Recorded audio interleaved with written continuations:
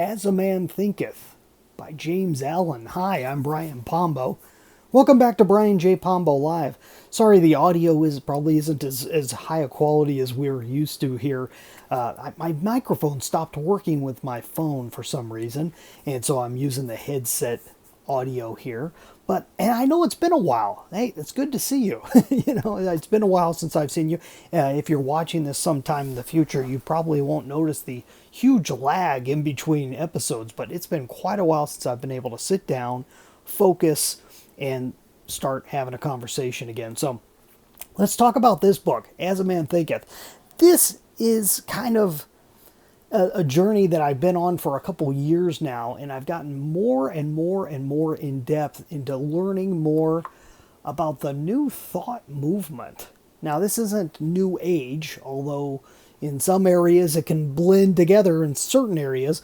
But if you're talking about the American New Thought movement, part of the American British New Thought movement, it's a very interesting concept that they throw out a lot of mindset concepts about how to basically take care of your inner thoughts in order to produce better results in life, if I can put it in the most basic terms. This is a little tiny book. This was a booklet originally put out in 1902, and this is the original text here.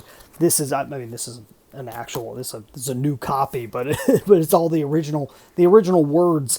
And you could find this online for free.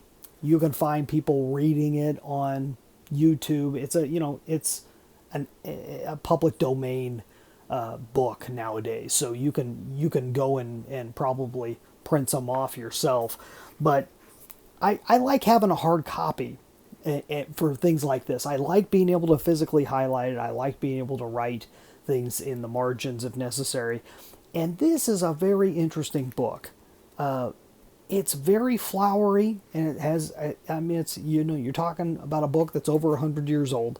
But it's a little poetic the way he writes. You got so many interesting concepts in here and things that may challenge you if you're not as familiar with the school of Napoleon Hill and Bob Proctor and Wallace Wattles and all these people within the New Thought movement. But it's worth a good read, and it's one that I've gone back to a few times and gotten good stuff out of. I'm going to go through some decent quotes from it over the next couple episodes that I like the ideas. I like a lot of the concepts. Sometimes I think the New Thought movement gets a really bad rap. And in other times, I think that it hasn't fully. A lot of the ideas haven't fully been pulled out. They haven't really been fully discussed. They've been put out there by people that have studied it, and they kind of give their own spin to it. And that's about all you get. There's not a lot of back and forth going on out there. Not a lot of back and forth discussion and saying, well, is this really true? Or does it really happen this way?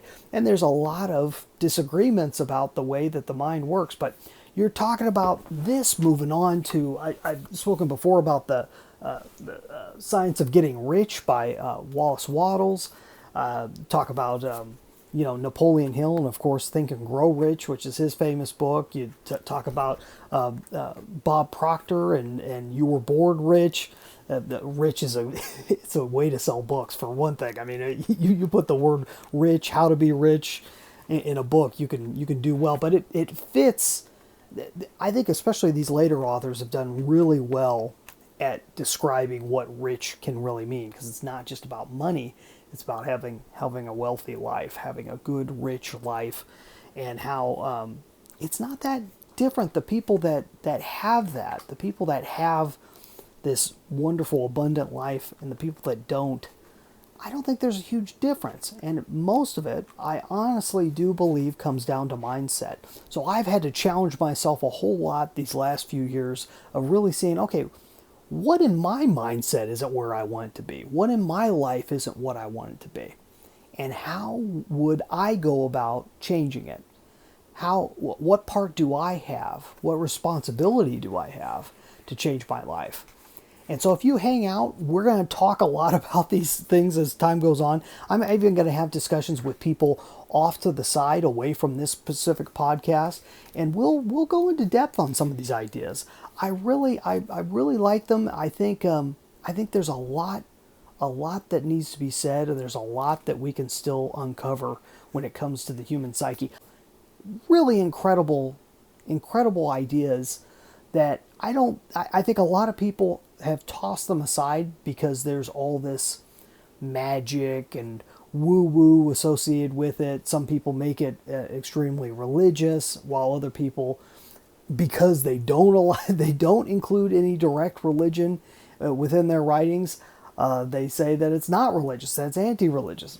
You go a million different ways with this stuff, but I'm very much interested in the thoughts contained, and I'm interested in what people think about how our thinking affects our lives. So, love to hear what you think. Have you read As a Man Thinketh? It's interesting stuff. We'll go into this deeper as time goes on, and there's a lot of other things that have been happening. I can't wait to share with you and be able to discuss and find out your take on. So leave a comment wherever you're watching or listening to this, and we'll catch you next time.